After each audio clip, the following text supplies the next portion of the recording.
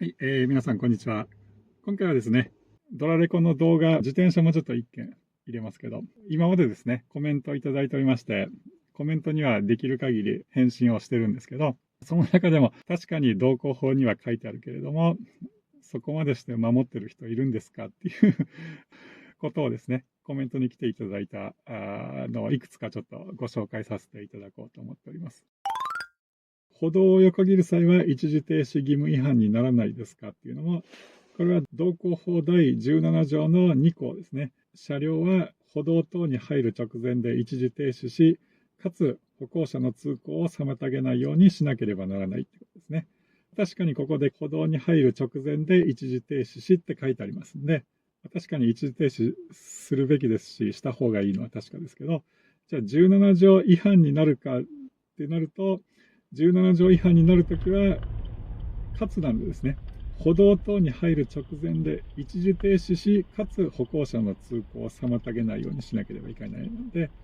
17条に違反して一時停止義務違反ですねってなる場合は、歩道に入る直前で一時停止をせず、歩行者がいて歩行者の通行を妨げた場合は、確かに17条に違反して一時停止義務違反になりますねってことなんですけど、じゃあ、歩行者が誰もいないのに一時停止しなかったらどうかってなると、それはちょっとグレーなとこですねと。ただ、これ実際皆さんやってるかっていうと、特にですね、車道から歩道に乗り上げる際にですね、歩行者いなければ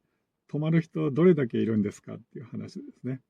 よく逆の方でですね、店舗側から歩道を横断して車道に出るときっていうのは、これは絶対やった方がいいとは確かに私だって断言していますね。歩道のことは知るかっていうので、車道のとこまでですね、ズカーンと出てきて、歩行者が歩いてきているのにですね、それを遮ってですね、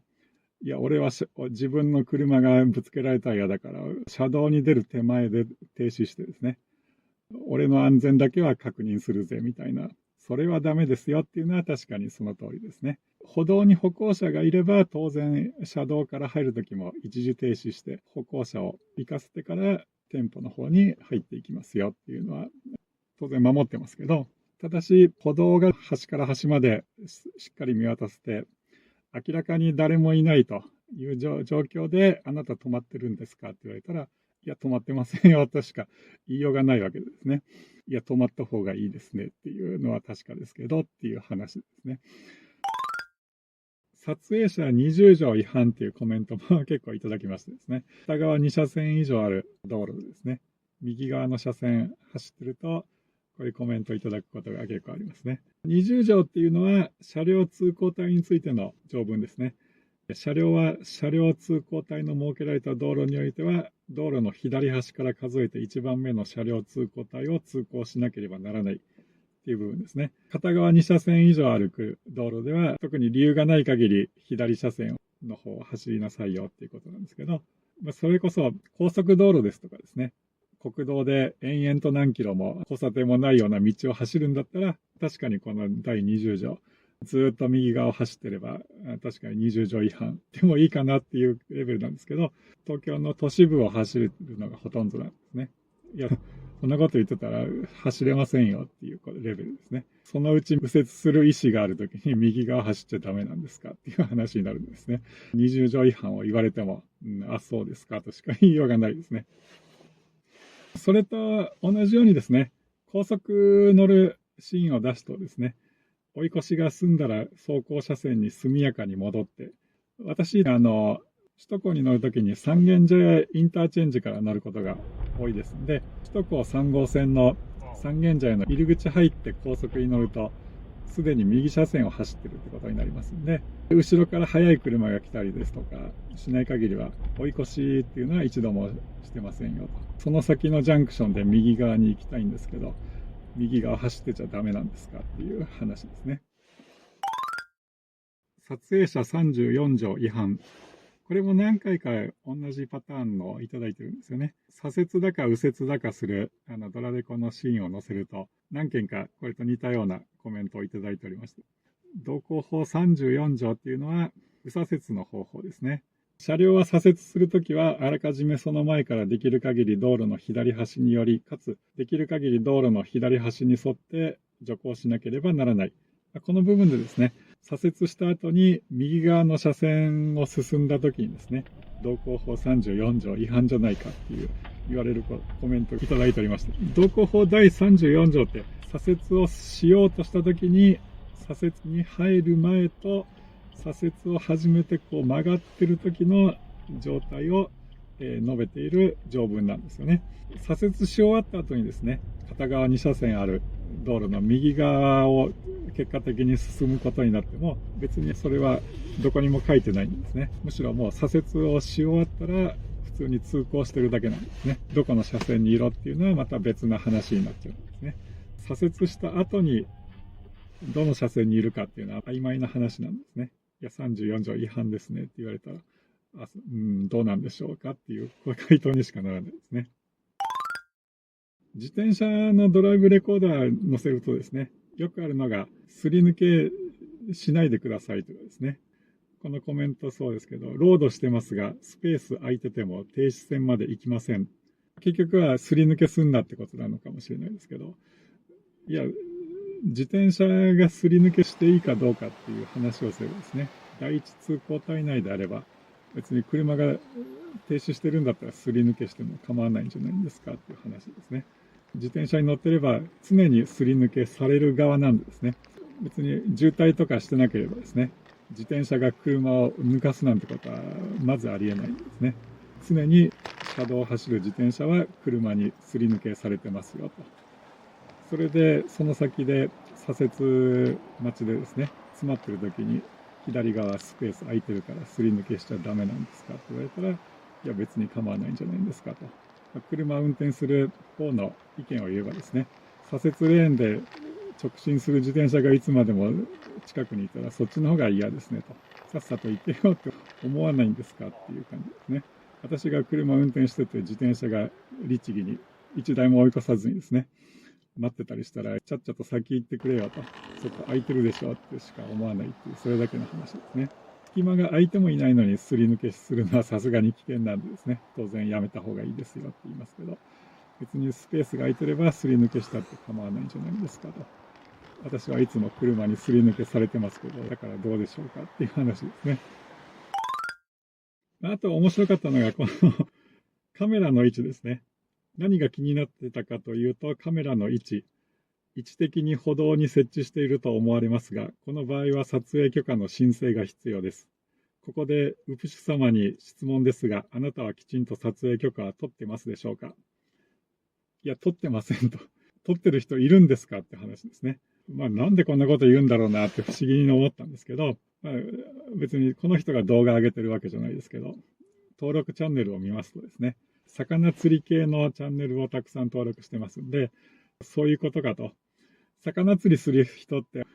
後ろめたい気持ちがあるんですかね。よくニュースで、立ち入り禁止の場所に無断で入って魚釣りしてますよっていうのが問題になるみたいですね。YouTube で動画上げる人は、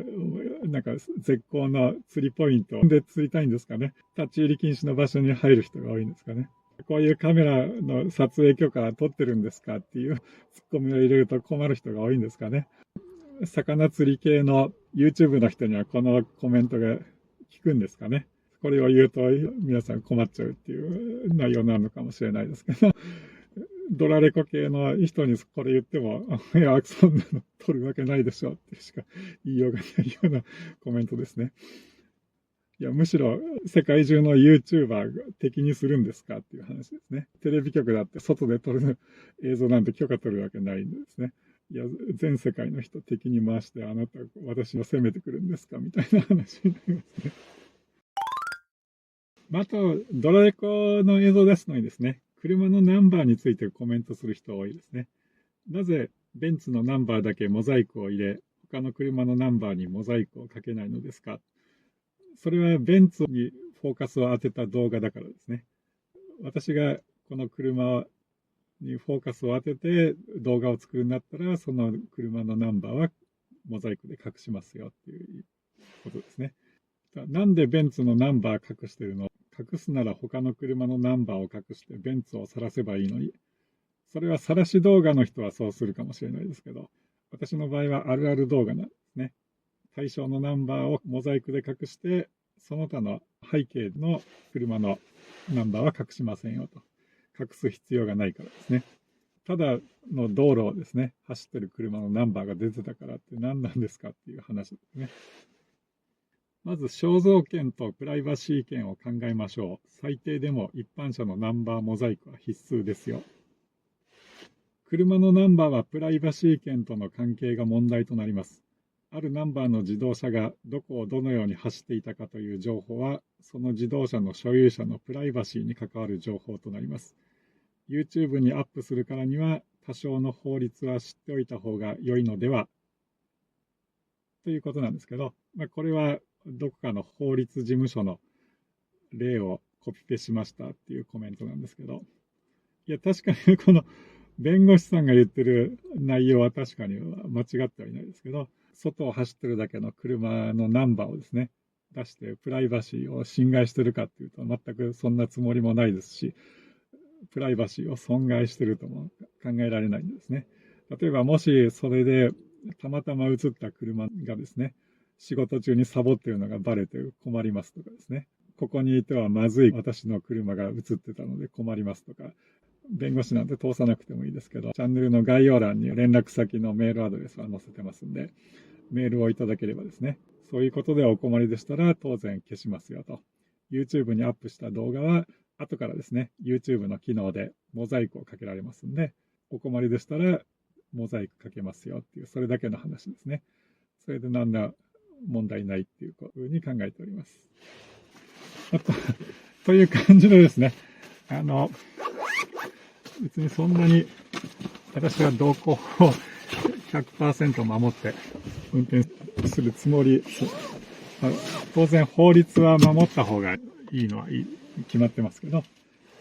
道交法を 100% 守るために車を運転しているわけでもないですし、道交法を守った方がいいのは確かですけど、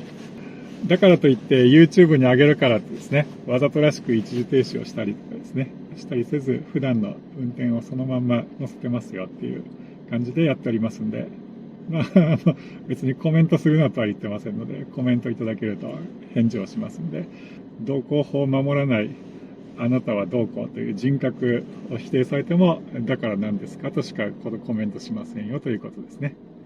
という感じで、今回は以上でということにさせていただきます。